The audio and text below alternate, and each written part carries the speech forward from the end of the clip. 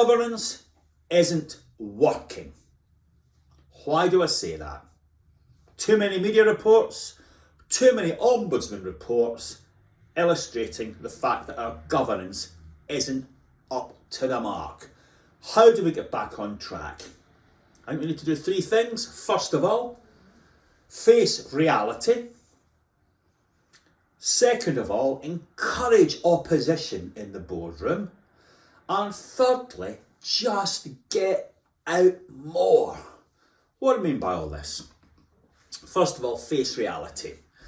We've got to accept that consumer regulation is much harder than financial regulation. If you can stop 4 or 5 people from doing stupid things, you will pass any financial test the regulator puts to you.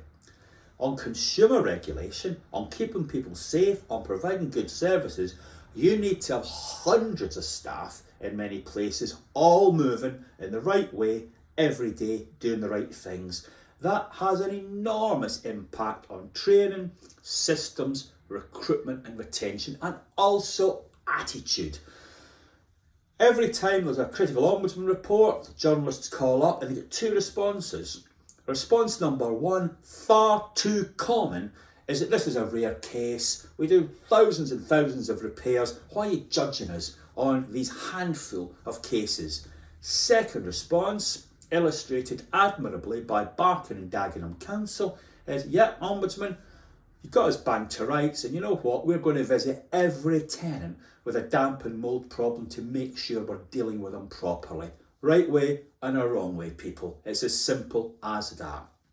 Second issue, we definitely need to encourage opposition in boardrooms. Councils, God bless them, are far from perfect, but there's always someone out there looking for problems in a way that we don't see in housing association boards. Maybe there's an opposition party.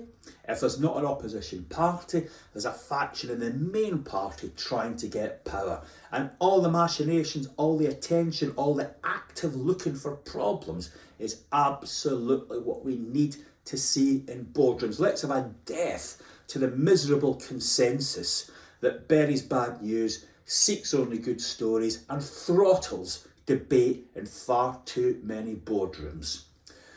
Last point I want to make is get out more. It is astonishing when you look at board papers how little talk in a housing board there actually is about housing. When you read the stories from ITV and other newspapers and Quadro, I mean, this isn't Woodward and Bernstein, people. They're not phone tapping. And they're not using subterfuge, they're just going out and looking at things. It's simple shoe leather. Boards and leaders need to be doing the same. It's perfectly possible to find out the problems, perfectly possible to run your own exposés in order to come up with issues that have to be dealt with. And I think that getting out in the States, using shoe leather is what leaders and board members need to do a heck of a lot more of. Thanks for your attention, and I hope to see you all again soon.